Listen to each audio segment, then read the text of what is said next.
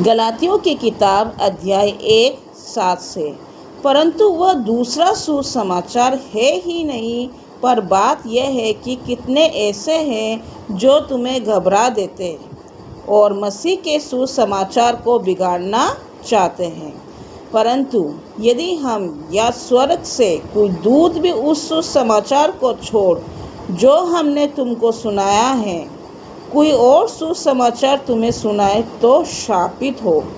जैसा हम पहले कह चुके हैं वैसा ही मैं अब फिर कहता हूँ कि उस सुसमाचार को छोड़ जिसे तुमने ग्रहण किया है, यदि कोई और सुसमाचार सुनाता है तो शापित हो।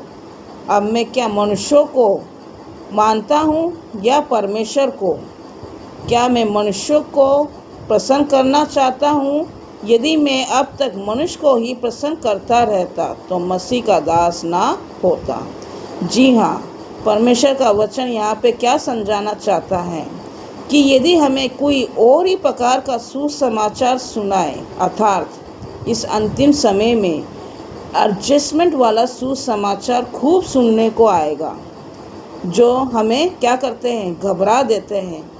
हम लोग भी क्या होते हैं, वचन को सुन करके एडजस्ट होना मांगते हैं। परंतु अगर हम इस तरह से वचन को सुनकर मनुष्य के चारों तरफ ही घूमते रहेगा, अर्थात वचन को गहराई से ना समझेंगे, तो क्या होंगे, हम लोग परमेश्वर की उस न्याय के समय में आग के कुंड में जाके गिरेंगे। अर्थात ऐसे वचनों से, ऐसे सुसमाचार से हम बच कर के रहे और परखे, वचन को परखे कि क्या हमें जो सुसमाचार मिल रहा है वह बिल्कुल वचन में खरा उतरता है या नहीं उतरा है। यदि किसी प्रकार और मिलावट वाली चीज़ हमें दिखाई दे तो हमें उससे क्या करना है, दूर रहना है।